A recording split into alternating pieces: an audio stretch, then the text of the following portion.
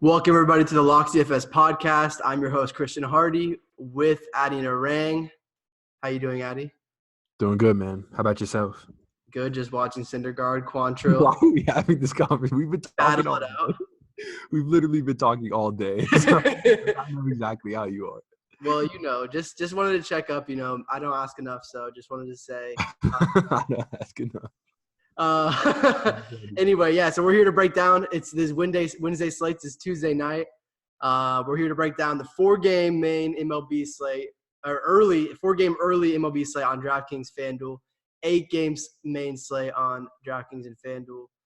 We're gonna run through kind of where we're staking our flags, I guess, on both these slates, going into the slate and just kind of give an overall take on them. So we can jump right into it, right? Yeah. I don't think it's an early start, 12:35 Eastern tomorrow for the early. So for if sure. you guys live on the West Coast, make sure you get up early to get your research in, or just listen to the pod before you go to bed. Only 4 games, so we're just gonna roll through it pretty quick. Let's just kind of talk about it in terms of run totals real quick. It got the Brewers as the biggest favorite on the slate, and also a 5.3 run total for the Brewers. The Pirates come in next, 4.9 runs versus Shelby Miller, but it is in Pittsburgh. That's the second highest team total. After that, Cardinals 4.7. And then pitching options at the top, Charlie Morton. You have Jack Flaherty. You have Robbie Ray. Robbie Ray's I should have talked about all their matchups. But let's just start with the pitching then in terms of how we're looking at them for DFS, DraftKings. At the top, Morton is probably going to be the top option against the 3.4 run total in the Diamondbacks. You've got 2 guys in the mid-range that make some sense, and Nick Kingham against a 4.2 run total for the Rangers, and Brandon Woodruff in Miller Park against the 3.9 run total for the Nationals. As I said, the biggest favorite on the slate. And then you could also consider Robbie Ray against the Rays, but more probably GPP option as it usually is. But Adi, where do you kind of think you'll go with pitching on this slate and why? I think as far as the mid-price options go, definitely interested in Brandon Woodruff. We've seen this Nationals lineup since it's been banged up come out very heavily right-handed. Even when they get Rendon back, they're still really right-handed.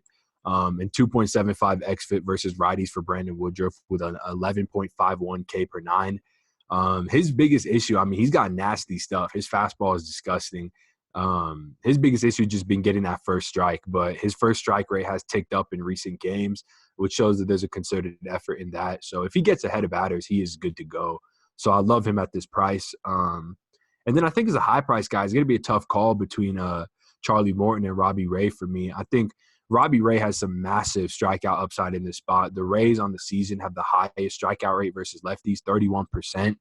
That does come with an 11% walk rate and a WRC plus above 110, which means they're hitting the ball well, but they do have a lot of swing and miss versus lefties. We saw Danny Duffy rack up 6 Ks versus them in 6 innings last time out. So I think he's got good strikeout upside, but Charlie Morton's probably the better overall play. We know what we're getting with Charlie Morton as far as like borderline ace potential, 3.66 xFIP to lefties, 3.69 to righties. As usual with those righties that have nasty breaking balls, he's better on lefties, 12.1 K per 9 to lefties. So the more lefties in this lineup, and I anticipate we'll see quite a few like Dyson, Peralta, Escobar, all those guys. Definitely like it a lot. So I'm going to be looking there as far as pitching goes, I think. Yeah, Morton's probably going to be my SP1, like almost positively for me. I'm just not comfortable taking like a Ray versus the Rays, but I definitely. It's them Kang versus lefties is definitely a thing. Mm-hmm. Especially with, you can take guys like Austin Meadows that can take like quality ABs, and he's not in the lineup. I have Daniel Robertson he's projected as third in the lineup versus lefties. So they just kind of have to mix things up a little bit when they go versus lefties, and the lineup gets a little bit more watered down as well. So love Woodruff as well, that nasty slider, nasty fastball, like you said. So this is a great spot for him. Kind of been waiting for a spot to really feel comfortable about Woodruff. And when we've only got 4 games to choose from, I think he makes a lot of sense. And then I definitely think there's some validity to just I haven't built a team yet. This is, again, our first look in the title, but I'm not opposed to Nick Kingham. His swinging strike rate has been over 10 for most of the year. gets an awesome ballpark in Pittsburgh, and a Texas 4.2 team, a 4.2 team total. The only issue is that he's not as good on lefties with 7 xFIP this year. That's a really small sample size. I'm gonna swap back to last year just because we have a 35 inning sample. Yeah, even going back to last year, hard contact fly ball is high enough to even be a targetable spot in the slate for the lefties, honestly, because 5.5 xFIP the lefties last year too for Kingham. So with all these lefties projected to be Chu, Bizarra, Gallo, Cabrera, Odor, Santana, I mean, it's just chock full of lefties. So Woodruff makes a lot more sense when you get a watered-down Nationals lineup. And then the last guy that you can mention is like Jack Flaherty, but I definitely prefer Morton over Flaherty, and I definitely prefer the matchup as well. Ballpark is a little better as well. Like, just a lot of reasons to prefer Morton there for me. So Flaherty's interesting, I will say. I mean, he's been pitching like an ace last year to start this year, more or less the same. Guy's got a 12.79 K per 9 versus righties with a 2.5 xFIP. And xFIP lower than 4. It's at 3.9 versus lefties, still a K per 9 versus them as well. So we may see some funky lineups with this being an early slate. We may see some watered down Phillies teams if, for whatever reason, if there's a lot of righties in there. Definitely more interested in Flaherty. So, but I think for the most part, I'll be looking at Morton, Ray for the upside, and then Woodruff in the mid price. I told you, bro. Noah Syndergaard taking annoying ABs. Look at that single. Oh, that's so. I said that earlier when we played. We actually both pivoted to Quantrill, and we were just like, I mean, I said like it's just annoying that Noah takes actual ABs. Like this dude's actually trying so hard. For sure. I mean, all those Mets pitchers can honestly rake. Like Syndergaard, DeGrom, Zach Wheeler can rake too. Yeah. I'll take that Nolan double though. Is that a single or a double? It's a little single. I'll take it. Why is Nolan 2% owned on this slate? 2% in cash versus a lefty in cores. 2%. I don't know. As good as the 1% whip, man. Oh man, the 1% whip. that was sharp, honestly. I know it's after the fact, but McHugh struggles versus righty. He's been bad in his most recent games. It makes sense. Great park shift for the Royals, and I mean, like people have been saying, I mean, all these top 6 in their lineup are good hitters, man. They're all good hitters. It's not the Royals are not a bad baseball team because of their bats. That's for sure. Absolutely. Anyways, let's keep going. Yeah, let's keep going. So there's gonna be the bats on this. We mentioned. I actually haven't mentioned who the Brewers are playing. Their highest team total is against Jeremy Hellickson, a fly ball pitcher, and a really bad park shift for him. So that's a really good spot. I mentioned those Rangers lefties. Those are a little bit interesting, but the prices are really, really high on those guys in a terrible ballpark. So probably not too much there. The Pirates are next at 4.9 against Shelby Miller. That's more interesting than the Rangers. Lots of cheap bats in there. Gregory Polanco's 4.1. Adam Frazier's 3.9 at second base. You can even play Marte at 4.8. I mean, I don't love that, but it's fine. And then Cardinals are actually the next highest team total of 4.7 against Jared Eichhoff. And I haven't looked at Eichhoff much this year, but I know he has not been great. Eichhoff, I mean, no, Eichhoff's been pretty good, man. He's been he had his first real start in cores where he like shut down the Rockies as far as you can shut down, a team in cores. But he's been dominant on righties. I mean, he's got a 2.69 xFIP versus righties. So this heavily right-handed St. Louis team is definitely not the best spot to target them with bats. The real thing with them, though, is their prices. Like, Carp is still 4K. I know he's a lefty, obviously, so he's going to be definitely in play. But guys like Paul Goldschmidt, who's 4.3K, Yadi, 4.1, Jose Martinez, he's like 4.3. It's tough because they're righties. I would prefer the other bats that Christian talked about, like the Pirates, lefties, the Milwaukee bats. But, I guess there's merit to some St. Louis bats as well. Especially Matt Carpenter. Yeah, definitely. I mean, Carpenter is going to be pretty owned on this slate, I would imagine, because of that price and because of that price is ridiculous. I mean, we saw him at 73% owned a couple of days ago, and now even today versus a tough pitcher in Aaron Nola, his price was still $3,800, and he still came in 40% in cash. So he's gonna be fat chalk tomorrow morning. Yeah, and Eichhoff has like. I mean, this year has been crazy fly ball to lefty, but I mean, it's a really small sample size, 5 innings versus lefties. So, but even he was injured last year. So 2017, he was like a 40% fly ball, like 40%. So they're like 38% hard contact to lefties. So xFIP over 5. So a lot better on righties, but those lefties do kind of get to him. So, Mhm. but then, unfortunately for the Cardinals, there's only 2 of them here. So it's kind of been like that this whole series with the Phillies. Actually, all these Phillies pitchers kind of struggle with lefties. And again, it's also in Busch Stadium, which is definitely more of a pitcher's park shifted towards pitchers.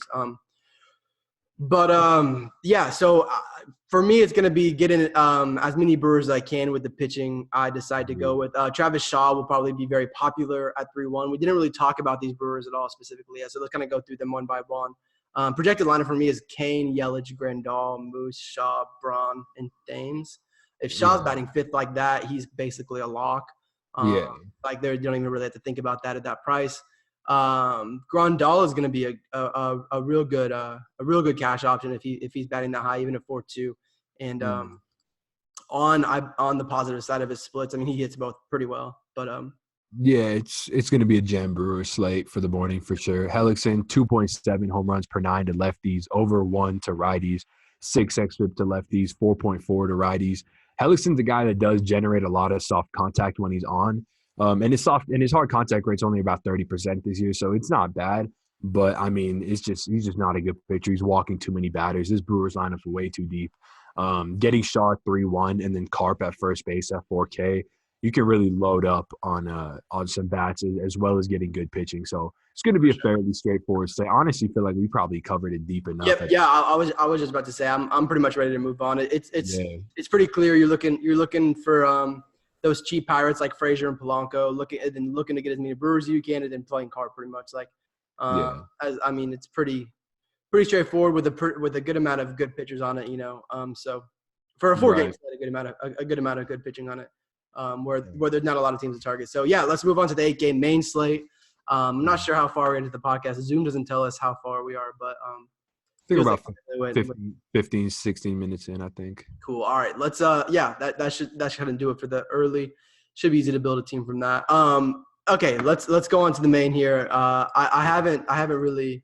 Let's see if I pulled up the DraftKings. Yeah. So let's just jump right into pitching rather than actually. I will again say the highest team total. We don't have a total on the Cubs game. They're up against Jose Urania, so we could see something there that pops in terms of runs. But the largest team total is going to be the Rockies at 5.5 runs against Derek Holland. Next up is going to be the Red Sox have the same team total right now at 5.5 against Andrew Kashner in Camden Yards. And then the highest team total is Astros at 5.6 against Jorge Lopez and the Royals bullpen. And then a bunch of teams in the mid-4s like that I probably won't get to. We'll get to them if we want to talk about them as like one-off or something. So yeah, let's kind of get into pitching now with the kind of the bigger bats out of the way, bigger stacks out of the way at least. Offensively, at the top for pitchers, you've got Chris Sale, 10.4K, going up against Baltimore. A righty-heavy lineup, but Chris Sale getting some velo back. It's going to be pretty warm in Baltimore, so it should be a great spot for Sale, and the price is more than acceptable on a slate where we don't have the only other guy over 10K we have is Clayton Kershaw against Atlanta. Sale in a much more favorable spot, just straight up on paper than Kershaw. So not much of a decision to make there for my SP1. I'll let Adi talk a little bit about that probably. And then I guess let's talk about that right now. I mean, is Sale going to be pretty much your go-to SP1 for the main slate, you think? Sale's going to be the fattest chalk tomorrow. This main slate is obviously twice the size of the early slate, but the pitching options might be even like more condensed because at least on the early, there's some decisions to be made. But here, kind of looks like everyone's going to have Sale as their high price guy. There's no real reason not to. You can get cute with a guy like Kershaw. I think that's fine. But Sale, his velo was 94 miles an hour last game. He generated a ton of swinging strikes. He looks like he's just doing just fine after a little rough start to the season. You're probably not going to go after Matt Boyd or Mike Foltynewicz or even Tyler Skaggs. Tyler Skaggs has some upside because of how much the Tigers K. But, yeah, it's going to be Chris Sale, and you're going to see him at way over probably 70% in cash games. And then if you keep going down to this mid-range, I think the mid-range option that you're going to have to get to as well seems to be pretty obvious as well. Most likely going to end up being Kyle Hendricks. There is some pretty decent recency bias with him pitching that 81-game Maddox last time out, even though it wasn't on the slate. Everyone kind of heard of that. And he kind of has the opportunity to do it again. I mean, the Marlins have like one of the higher strikeout rates in the league versus righties. Kyle Hendricks, more of a finesse pitcher. Like he's not, I believe in that game that he threw the 81 pitch Maddox, he didn't throw a single pitch over 89 miles an hour. So he's a finesse pitcher. He relies on picking his spots. And he's got a team that's going to chase a lot of pitches that are on the corners. Like he's got a 3.65 xFIP versus lefties, 4.4 to righties. Just a safe pitcher. Like the Marlins team total is going to come in very low again. So definitely like I think those will probably be the most attractive options as far as pitching goes. Yep, I agree. Do you have any interest in Brad Peacock? I think people might end up going around that mid-range again. But like we kind of talked about before the podcast, it's like we just saw, obviously, Colin McHugh get blown up today. Very, very chalky Colin McHugh get blown up today, who we both faded, but just for the record. He was certainly in play. I mean, definitely in play. I mean, I think we both thought about him all day. For me, if I was in that range for SB2, I was probably trying to get up to John Lester. But Brad Peacock, same price, or I believe actually maybe the exact – no, not McHugh 8.2, but Peacock is 8.6. I mean, but I talked about it yesterday on the video. You know, these Royals, all of them dating back to last year, like 100-plus WRC-plus hitters. Obviously, like Dozier is far beyond that to start this year. Witt is far beyond that dating back to last year. There are some Ks in here, like in middle of the pack versus righties, basically, like 22, 21%. Somewhere in there. I don't have the numbers in front of me, but and then Peacock also, he's going to be facing probably 4 lefties here if we put Billy Hamilton batting 9th, and 5.4 xFIP to lefties and bad contact to lefties dating back to last year. So for me, it's hard to get on the Peacock train, but do you have any interest? The Royals do have a 3.6 run total, which is going to be the 3rd lowest on the slate. Not for me, man. I just think, Brad Peacock, Colin McHugh, and Garrett Cole, who also got touched up by these Royals, are all kind of similar in the sense that they rely on their breaking pitches versus lefties. But for Brad Peacock, this just hasn't been working for him. 5.4 xFIP to lefties with a 2.16 home run per 9. And I mean, this lineup, and that comes along with, I should say, a 49% hard hit rate and a 46% fly ball rate. But this lineup, when guys like Soler and Alex Gordon are hitting, it just becomes so deep and so tough to deal with. Like Witt, Mondesi with the speed at the bottom with Hamilton, then back up at the top, and then the power in the middle. It's a beautifully constructed lineup, honestly. And when you have guys like that are hitting, and then Ryan O'Hearn, who's been scuffling but hitting the ball harder recently, he touched up Colin McHugh for the grand slam that really knocked him out of the game. If he's hitting as well, especially with him being a lefty and those Peacock numbers, I'm probably more interested in a Royals stack than I would be in Brad Peacock tomorrow. Especially with the safety that Kyle Hendricks gives you at that same range. It's just way, way safer. They're definitely one of the ones that I think one of the teams I think we could see some movement on tomorrow. For sure. We saw some negative movement on the Astros today, and I think that we could see that same thing where they're at a 5-6 team total against Lopez. I'm not sure if that will change much. Lopez is a pretty heavy fly ball pitcher, doesn't miss a lot of bats for the most part. So we could see that stay about the same, but I think the Royals making some moves would make some sense. Yeah, I mean, pitching outside of that, really, the more you look at this slate, I mean, you can look at it forever, and there's not a lot of options to just pop out at you with cash options. I mean, you've got a guy like Brett Anderson against a 4.1 Reds total, but really no K upside with Brett Anderson. He is 6.5 on DraftKings, 6.5K. But just I mean, you're not getting a whole lot of upside with Brett Anderson unless he can really limit damage like severely and not get deep in pitch counts. He's not going to give you a whole lot. You could look at a guy like John Gray in the GBP probably. It's hard to go there in cash, but 8K John Gray, even at home, he is going to be facing probably a lineup half full of lefties. But I mean, do you have any thoughts on John Gray? I'm sure you do. Yeah, I mean, John Gray's a guy who's typically pitched better at Coors Field. It's not the case this year. His xFIP's almost 2 higher. 47% hard contact rate to lefties, 26% line drive rate. Definitely a risky play. And in cores, it's like even if a pitcher's pitching well, they can still get blown up in cores with how big that outfield is. So that would be so frustrating to have when there's a guy like Kyle Hendricks right there who's going to go up against like 8 righties in a pitcher spot. Just makes a lot of sense. So probably not for me, but I think both Peacock and John Gray are fine if you want to take shots at them in GPPs with the Kyle Hendricks ownership. But aside from that, I'm not really looking there. I think Brett Anderson has some merit to him, though. I mean, just like he's kind of like in the Cal Quantrill kind of build as far as tonight goes. Like, just because he could get you ground balls. If runners get on base, he could turn a double play. He could strike out maybe 3-4 guys, not put up like a horrible game. So if lineup construction does come down to where you really need some salary for bats, then it's fine. One note on that, though, is that the weather for this Rockies game tomorrow looks awful. I'm in Denver. It's like the weather for the next 2 days is real bad. So I saw the meteorologist of Twitter talking about how not looking good to get these next 2 games in. So that game might not even play. So if you don't need the salary to get those bats, then probably no real reason to go down to Brett Anderson or someone like that. So right. Yeah, I think that's probably it on pitching though, as far as Just to kind of round it up, probably the top 2 options are going to be Sale and Hendricks, and they're definitely going to be the highest 2 owned. Unless we see some kind of crazy movement or something like that tomorrow that sets us on to another pitcher. Those should be the 2 that we're looking at as kind of core plays.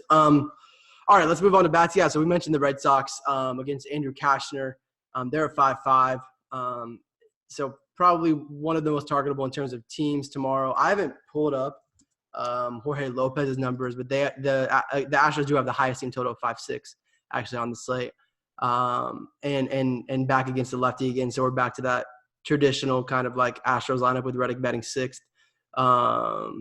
If you have interest in him, and then the Rockies against Derek Holland, which is the most obvious spot on the slate.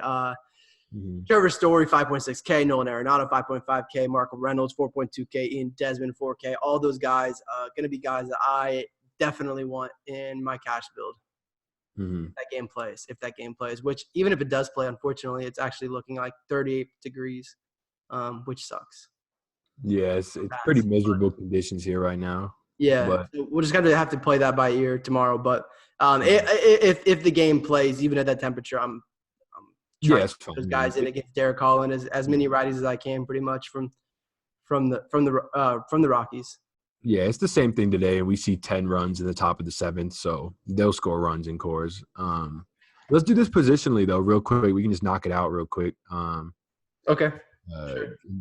I think that's probably the best way to do these big slates as opposed to because the small slates are really easy just to throw out hitters, but for these slates, probably best to just knock a few guys out. As far as catcher goes for me, I think Chris Iannetta is really interesting at 3.9. He's got real good numbers versus lefties in his career. He homered off Mad Bum tonight.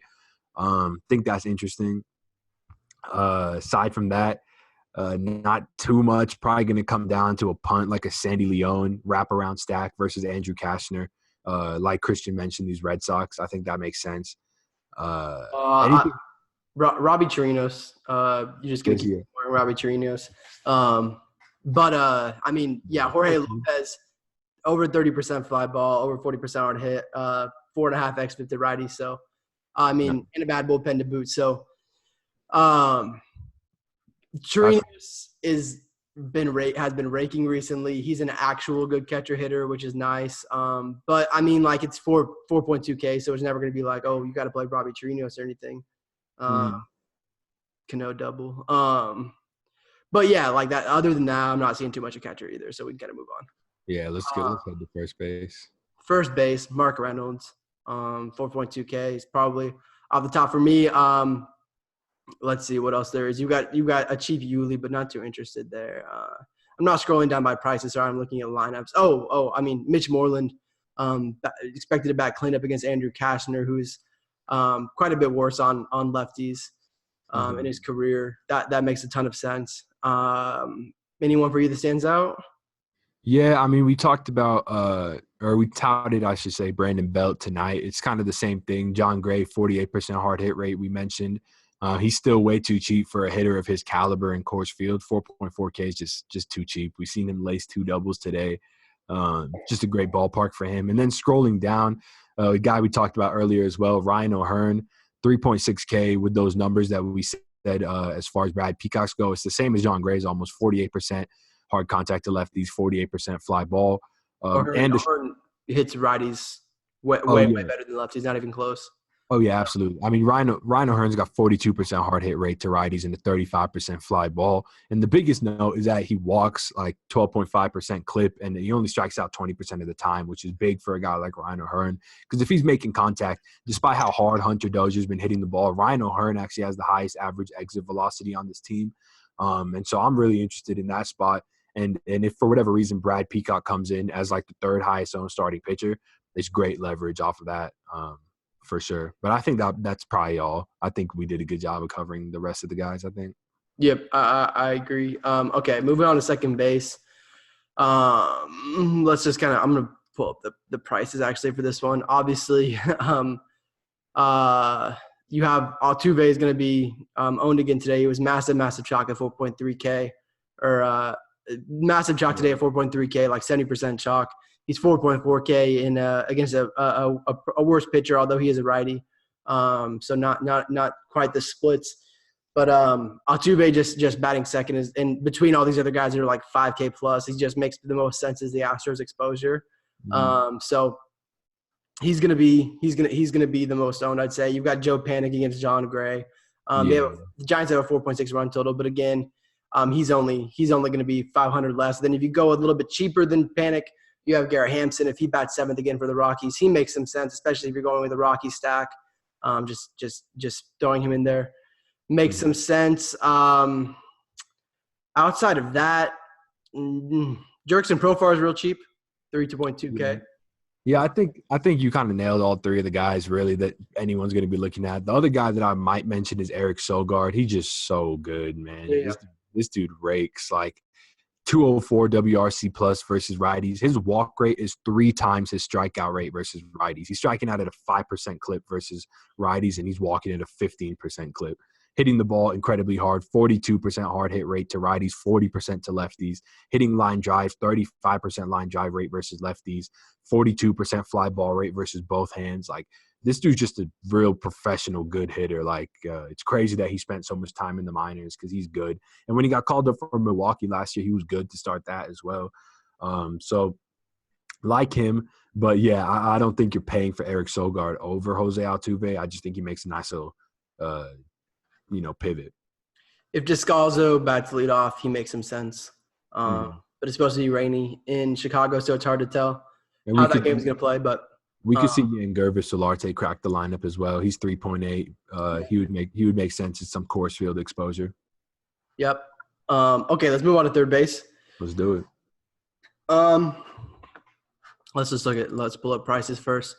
For me, real quick, Justin Turner, man. I know it's Mike Fulton-Evich, but we talked about how this Dodgers team total is a little higher than most would expect versus Fulte. It's 4.6. Justin Turner, man, he's back, and he should not be 3.8K. He's like a 5K hitter. He homered again today. He homered a couple days ago. He's got a 50% hard contact rate versus both-handedness. It's at the point where you kind of just don't even care, like, who the opposing starting pitcher is. It's just too cheap for a hitter of that caliber. So I love the price on him. And then, obviously, if that game does play, Nolan Arenado. Home versus lefties, sort of like the auto lock button. And Derek Holland, not an impressive righty. Definitely a guy that we like to play when he's at home or in a good pitcher's ballpark because he has up to swing and miss stuff. But that changeup is going to get mashed in Coors Field. And, Nolan Arenado is probably going to lead that charge. Yep, those are pretty much the two that I'd be looking at for cash games. Dozier, GBP. A little bit interested in that. For sure. Vlad's real cheap at 3.7. Yeah. I agree with that. I mean, Vlad's still hitting the ball hard. He's just striking out a bit more than we anticipated. But that's to be expected for a guy who's got like the weight of the country watching him. I mean, like he'll be all right. He's still got a 50% hard hit rate versus righties, and it's just going to be a matter of time before he slugs one. So. Sort of like the Justin Turner take, but not as strong because we haven't seen Vlad prove it yet on the major league level. But definitely, you're buying low on a hitter that should be probably 1,000 more. So that makes sense. It's really tough to play bats against Brett Anderson, especially in Oakland, because even when he puts the ball in the air, it's like a pop up or something. But Eugenio Suarez versus lefties is like just absolute nails. True. 303 ISO, 443 WOBA over the last year. Like, dude just mashes lefties. He's 4.3K, totally a reasonable price. Reds only have a 4.1 team total, but definitely have some interest there. And I've got Senzel leadoff, which is kind of interesting for the Reds too. So like, I definitely see like a Reds GPP stack just because of how this lineup might come together. Like, all these guys are so cheap. Senzel 4.4, Votto 3.6, lefty, but still.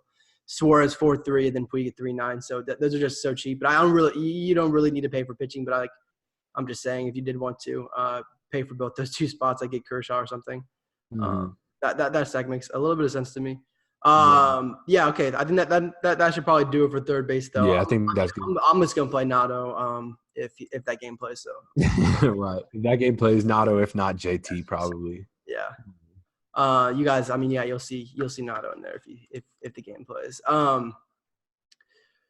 Cool. All right, let's move on to shortstop, where we have the basically other Nolan Arenado, Trevor Story, top of the list, okay. 5.6K on DraftKings.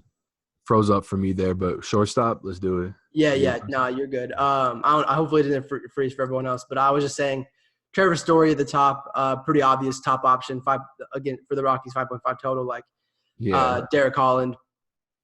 Not going to play well in Coors. So Story at the top, 5.5. Then, again, going right back to the Dodgers, Corey Seager is 3.8K. Yep. I mean, dude mashes righties. Obviously, like, definitely has shown a little bit of lag in getting back to things, just like Turner has. But, I mean, it's still Corey Seager, and it's still a guy who's hit righties career, like, very, very well for, like, a 200-plus ISO. So, like, he's a very, very good shortstop play if you're not playing Story. So same situation for both of them. You'll probably see a lot of teams play one or the other, like Story or Nato. Actually, I don't know if that happened on this slate just because there's not as much good pitching, top dollar pitching. So, I mean, a lot of teams might have both. But still, either way, you're probably going to see a lot of those four, like combos of those four in teams. Yeah, absolutely. Other shortstops that you see other than those guys, unless you want to talk about those guys as well. No, I think you touched on it. Those are going to be the top two guys. I think other options you can look towards is Brandon Crawford. He's 3.5K. That's as cheap as a batter is going to come in Coors Field. And Brandon Crawford's like serviceable. He does hit his fair share of line drives and fly balls versus righties. Hits them pretty hard, just under 40% hard hit rate. We already went over John Gray's numbers versus lefties, so definitely makes sense there.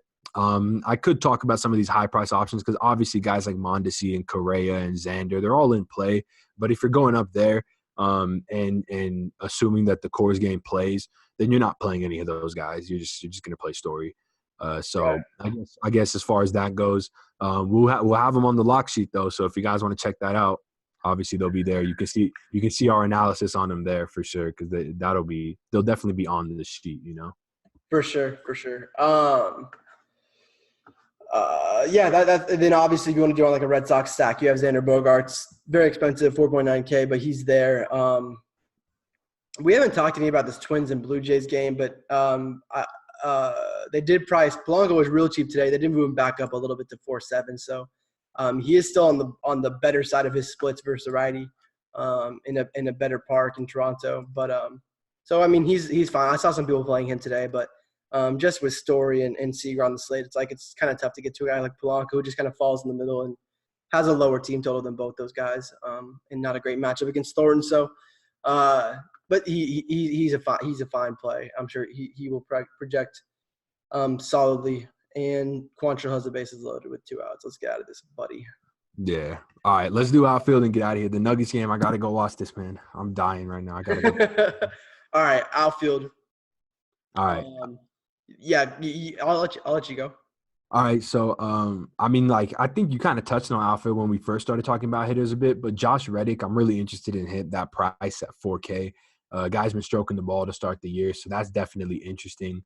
Probably going to be seeing him batting 6th, which I like. We talked about Nick Senzel could be leading off. Dude has shown a lot of power in the minors versus lefties, so that makes a ton of sense as well.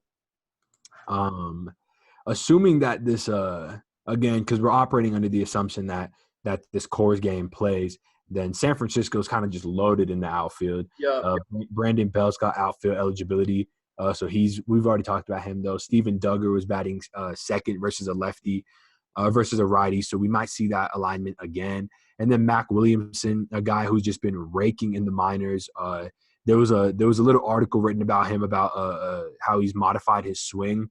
And he's hitting 378 with 6 home runs and like 28 RBIs or something in like 22 games in the minors. I think he has 9 home runs. Or 8. Was it 8 or 9? Yeah, it was more than 6. It was 8 or 9, I think. Yeah. Then he's 3.4K. He homered tonight in a nut matchup off of a reverse splits righty. Obviously, John Gray's tougher on righties, but for 3.4K, if you're getting an improved hitter in Coors Field, batting most likely 6th, you're gonna take that. So I like that play as well. As far as some more outfielders go. Yep, and if Ian Desmond at 4K versus another lefty, he hits lefties very, very well. Even before he was in Coors, he's hit lefties well going back. That makes a lot of sense. Oh, shit, the Red Sox guys. My apologies. I should have started with them. This JD price is 4.9K, so everyone's going to play him. Probably. Mookie Betts is 5.4K on DraftKings, Benintendi at 4.9K. And on FanDuel, they're going to be cheap because they've been really cheap on FanDuel. Yeah, JD's 3.9, Benny's 3.8, but Betts is 4.3. So, I mean, they'll be quite popular against Andrew Kastner. Yeah, this is a pretty nut spot for them, honestly, because similar to how David Hess was reverse splits, Andrew Kastner is like the exact same, 5.09 xFIP to righties, 4.7 to lefties, which obviously isn't great, but he hasn't given up a home run yet to lefties, and he's giving up 2.7 home runs per 9 to righties, and it makes sense when you look at his fly ball rate and his hard contact rate, and giving up 39% hard contact to lefties and 51% to righties. So look at these righties. Benny's a lefty. Mookie, JD, Xander, Steve Pearce if he cracks the lineup, assuming that Coors game. If that Coors game doesn't play, it's going to be much easier to take stands on these guys. I have Jackie Bradley, but Oh yeah, JBJ. But yeah, even today, I mean, after breaking down this entire slate, came to the realization. I believe we sent out Nolan Arenado as our lock first, and then instantly we were like, wait a minute, this got to be JD. We got to get these Boston righties in here, and it's going to be the same thing again. I think I'm gonna probably prioritize them again. They're on the road. You're guaranteed 9th inning ABs.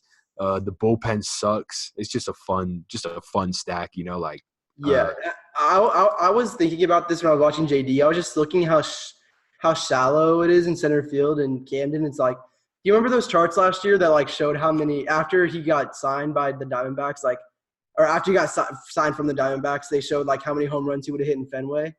I'm curious if you put that chart in Camden, how many? Yeah. I don't know exactly where the fences are. Maybe they're. I don't keep really close track of that. Yeah. But I'm pretty sure they're shallower in center field than in Fenway. And I'm sure he'd be just mashing in Camden Yards.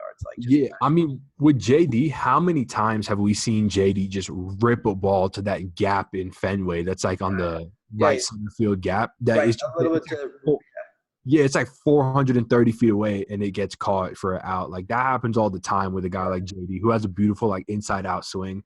So yeah, in Camden that would play a lot better. Especially with that weather, once that weather. But imagine how gross JD would just be on the Orioles, if he was there.